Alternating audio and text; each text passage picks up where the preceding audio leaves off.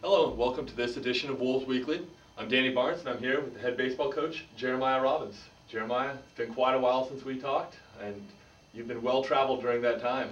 Let me get a little recap from you of what's gone on early in the season. Definitely well traveled. Made our California swing, went down to UC San Diego, opened up with them. Played a very good team down there. UC San Diego is ranked in the top 10 still, going into the fourth week here. We just didn't play very well. Got off the bus, the kids were prepared, and just we got punched in the face by a very good team. And it took us a little bit to get back on our feet.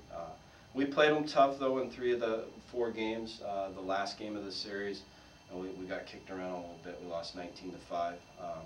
But tip my hat to UC San Diego. They got a very good club this year. Obviously, they're still winning. It wasn't a fluke that opening weekend for them. They came out, played well. They hit the ball very well. I thought we pitched it okay, but their hitters were better than our pitchers for 4 games, and they stayed consistent. One of the better teams I've seen in the CCA in the past 4 or 5 years. So we head into Cal Poly Pomona for a midweek doubleheader on the Tuesday of that week. Just once again trying to get our feet back under us a little bit. We still weren't able to do that. Lost 2 games there.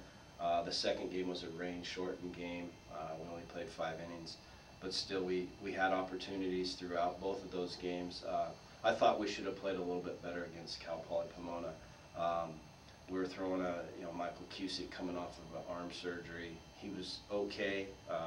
He needs to be more effective. As he gets more healthy as the season progresses, I look to him to get back to his all-league form that he used to be 2 years ago. And then Kevin Gamble threw also. He's getting better.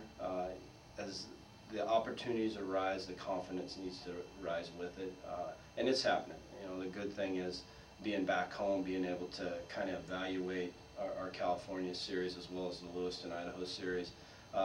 Kids are starting to understand the game a little bit better. So we opened up, 0-6, I believe, and head up to Sonoma State, driving through some of the worst weather I've ever drove through in California. But we make it up. We lose a tight game to open up with them. We lost 8-7. We're up in that game. Hit a guy, hit the winning run in. We plumped a kid, which is always disappointing when you give a game to a team like that. You want them to hit a walk-off homer is better than plunking a guy. So, we were definitely very down going into that Sonoma State series. Now we're sitting at 0-7. Had a very good talk with the kids at the conference room at the motel. They definitely understood the situation, and we come out on. We got rained out on Saturday, come out on Sunday, and sweep Sonoma State in a doubleheader. So you look at that weekend compared to the first weekend and how much we progressed. I was very excited of where this club is heading, and they still are. Our last 2 weekends, we took 2 out of 3 from Sonoma, and then over at the LC State tournament, we went 3-1 over there. So the kids are improving as they get more opportunities outside. That's the one thing I know I've talked to you about, and obviously us coaches have talked, is the fact that getting those outside repetitions, the more we get them, the better that we're going to be, and we're showing that. So very excited. Obviously, you'd like to come back and heading into the league with a record above 500, but we're a well-tested team early, and I think that's going to play out for us in the long run. And obviously you will open GNAC-play this week. You'll be over in Nampa, Idaho to take on Northwest Nazarene in 2 different doubleheaders. So talk to me a little bit about that opening series of GNAC-play, and then maybe a little bit about your league this year. Yeah, opening series is huge. Obviously, to go over, you're playing at NNU is a very tough place to play. This will be our only night game of the year, so that's going to be interesting. It's a 4 o'clock start on Friday. So that second game will be under the lights.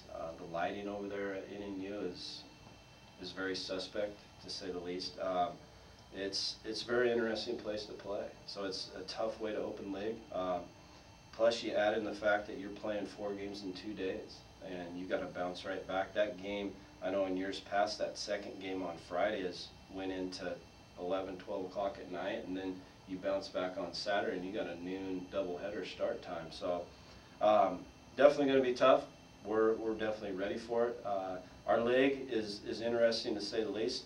You play each team 8 times. I don't care how good they are. When you're playing a team 8 times, they become very good. So our league's a grind.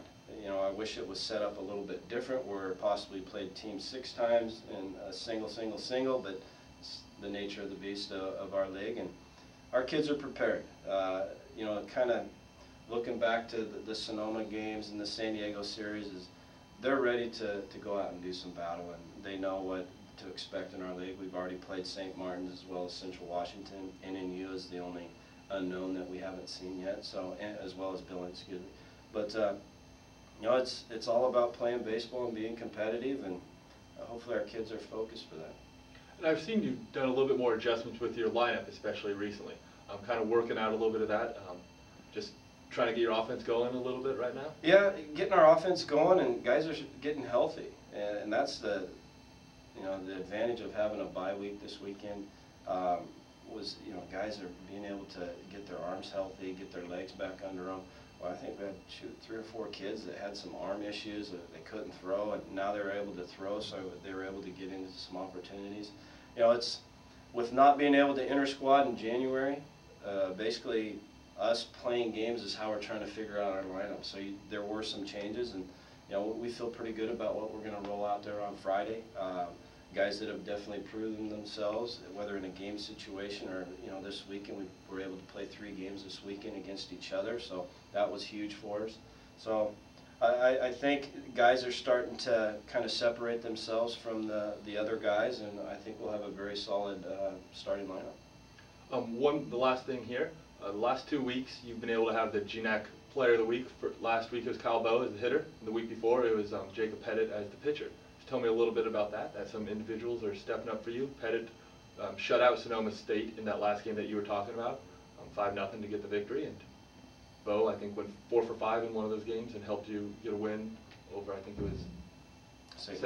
Martin's. Yeah, both those guys, you know, returning seniors, all league seniors from last year, just competitors. It's good to see Jake Pettit showing this sign early in the year. You know, he battles on the mound. That game against Sonoma was very impressive. Whenever you shut out a CCA team, you've done something very, very special. And he was able to stay in it. He battled. He was in some tough situations and got the good pitch to get himself out of it. So it was very impressive to watch him.